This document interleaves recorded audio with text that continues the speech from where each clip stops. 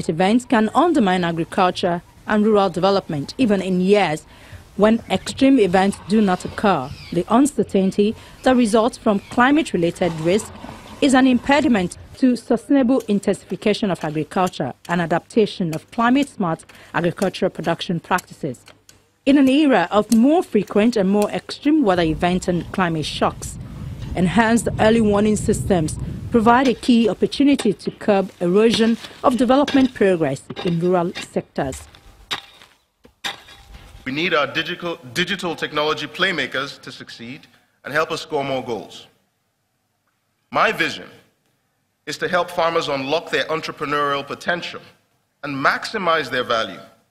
In our lifetimes, Africa's farmers should have the freedom to invest and engage in any part of the agriculture value chain, not because they must, but because they wish to. They will do away with back-breaking, labor-intensive on-farm activities. They will make well-informed choices about more nutritious diets, and malnutrition will be eliminated. Despite all of these serious concerns about how climate change will impact food security in Nigeria, experts believe there are also considerable grounds for hope. To begin with, Nigeria is still in the process of inventing itself and its future, and the country is a hotbed of innovation and creativity. There are formal technological innovation coming out of agricultural research centers which are developing drought-resistant crops, more effective fertilizers and dryers for safely storing maize. There are also the informal sector, as farmers experiment with diversifying crop production and finding ways to protect poultry from rising temperatures using ice blocks and improved ventilation. There are young people and women who have started to claim not inches but acres of opportunities in the agricultural space with enviable results to show for it. These stakeholders just gathered in Lagos for a two-day summit to inspire agric entrepreneurs to grow the tribe of warriors who will help to kick hunger, diseases, poverty and conflict out of the country. The future there is talking about young people. It's talking about the youth. So we are saying that the future of Africa, whether we are going to continue to be a continent known for hunger, malnutrition and conflict, or whether we are going to change that narrative, lies in the hands of our young people. Young people need to come into agriculture. We need to empower them. We need to incentivize them. We need to facilitate them to come into agriculture and take their right space. That is the only way that indeed we can diversify the economy of Africa, Nigeria, that we can change the narrative for our people, that we can move from era of hunger and malnutrition to where people have adequate food and the right quality food to eat at all, especially children, especially for nursing mothers, especially also for the elderly.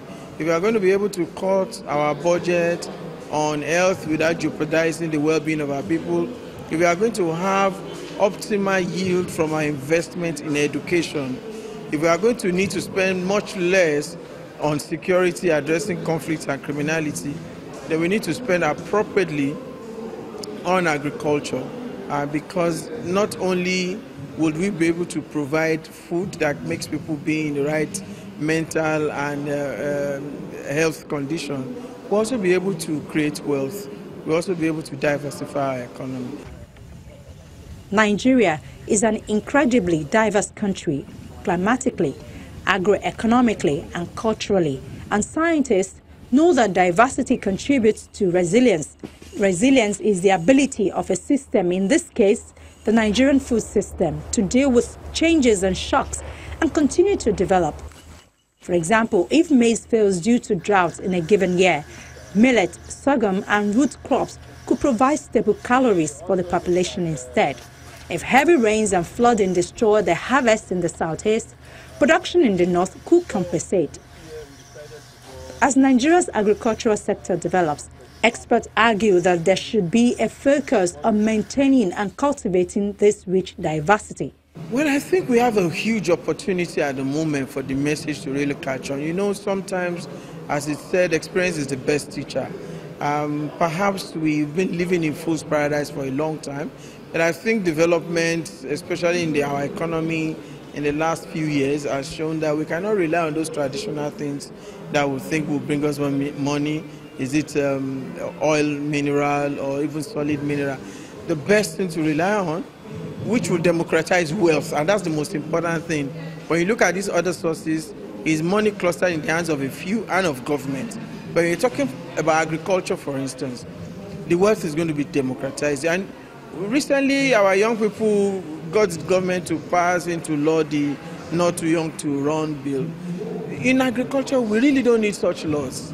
What we just need is the political will, is the right frame of mind. Young people are already claiming these spaces, but it's not enough. We're seeing many Nigerians and many young Africans who are doing fantastic things in the area of agriculture, whether it's in service provision, whether as solution providers in the financial space, in the technology space, in the marketing space, in the distribution space, in the value addition space. People are doing great things. But we're saying that the tribe of these young people is still quite small. We need to grow it for us to have the kind of effect that we need to see. So indeed, it's not like the message is not catching on. It's just that it's not catching on at the pace that the urgency requires.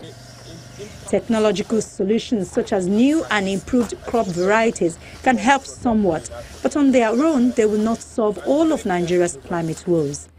So the government has been asked to avoid a silver bullet, a singular solution approach in favor of a systems approach to climate resilience. It has been preached that solutions will have to come from every sector of society and every scale of decision making. It has been seen that community-based approaches to climate resilience have been very effective in other parts of the world. Broadening participation in agriculture, particularly by young people, is also an important part of building resilience to climate change. Younger Nigerians will face more of the effect of climate change over the course of their lifetimes. Experts believe Nigeria's situation in regards to climate change is serious, but not hopeless. Indeed, we have no choice but to get it right because the alternative is calamity. But yes, we can get it right. It's not rocket science, for instance, to put in place policy that says everybody deserves to have a right to food. That's something that our legislators will do. Now, even when our legislators do this, does it mean that is this something just wishful? Is it something we can attain? Yes, we can attain it. For instance, I tell you, if we improve on technology and knowledge to our farmers, and we are able to cut down the quantum of our agri-produce that goes to waste, we will be able to feed our population as it presently is. And what will that mean? Because we have challenges of climate change. Take, for instance, people are forced to do seasonal farming because we do not have irrigation infrastructure. Yet, this is also a country where anytime it's the rainy season, we have unexplainable flooding.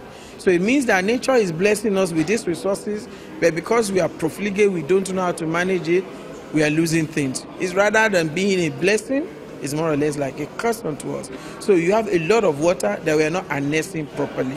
So what we need to do to ensure that we produce certain things throughout the year so that we don't have a situation where when things is in season, there is glut. When it's out of season, it's scarce. We need to be able to produce certain food staples around the year. Is it maize? Is it the cereals? Is it vegetables? Different kind of crops can be produced around the year. If Nigeria is to effectively tackle the enormous challenges to food security presented by climate change, diversity, innovation, participation and awareness of climate change impact should be cultivated in all parts of the agricultural and food system. Fortunately, there is a large group of scientists, policymakers, farmers, community organizations, extension workers and others who are committed to taking on this challenge. Many believe Nigeria has the opportunity to become a global leader in building a productive and resilient agricultural system for the 21st century.